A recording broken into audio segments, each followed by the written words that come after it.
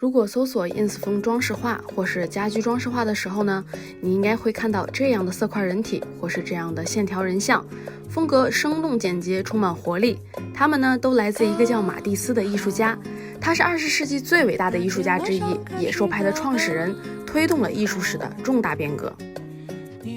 Hello， 大家好，今天给大家推荐的展览呀，叫马蒂斯的马蒂斯。展览呢在798的尤伦斯当代艺术中心。整个展览分为11个部分，以马蒂斯在学院时期的习作临摹为开篇，逐步地展现了他从野兽派到人像的探索，从墨水线条画再到剪纸设计，从插画书籍到舞台、教堂设计的一系列作品。整个展览看下来呢，除了非常多、非常密集的作品以外，其实有几个非常有意思的看点。第一个呢，就是这个展览的陈列方式。这次的设计呢，是参考了艺术家亲自为自己命名的美术馆设计的展览空间和展现方式。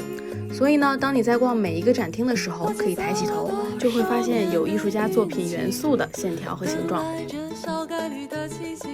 当然了，1000个人心中呢，有1000个哈姆雷特。无论是观者、批评家、收藏家，对于艺术家的作品啊，都会根据自身的兴趣进行解读。那唯一公平客观的看待作品，就是艺术家本人了。所以第二个呢，就是展览的导览部分都会有一段马蒂斯本人的自述，我们通过他的口吻和视角，可以进行作品的更深入的欣赏。第三个呢，就是立体的马蒂斯。马蒂斯呀，并不是从小就进行艺术学习的，反之呢，他本应协助父亲的谷物生意，然而体弱多病，在他20岁住院的期间呢，发现临床的病友在临摹风景画，于是呀，他也画出了人生中的第一幅画。所以我们在他的画作中啊，其实感受不到学院派的匠气，反而呢，具有非常浓烈的生命力。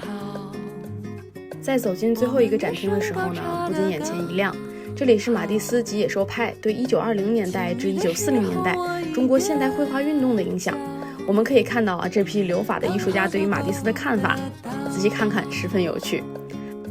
好了，如果你也喜欢野兽派，也喜欢马蒂斯的话，不妨来尤伦斯看看吧。关注很绘画，看点展览不迷路。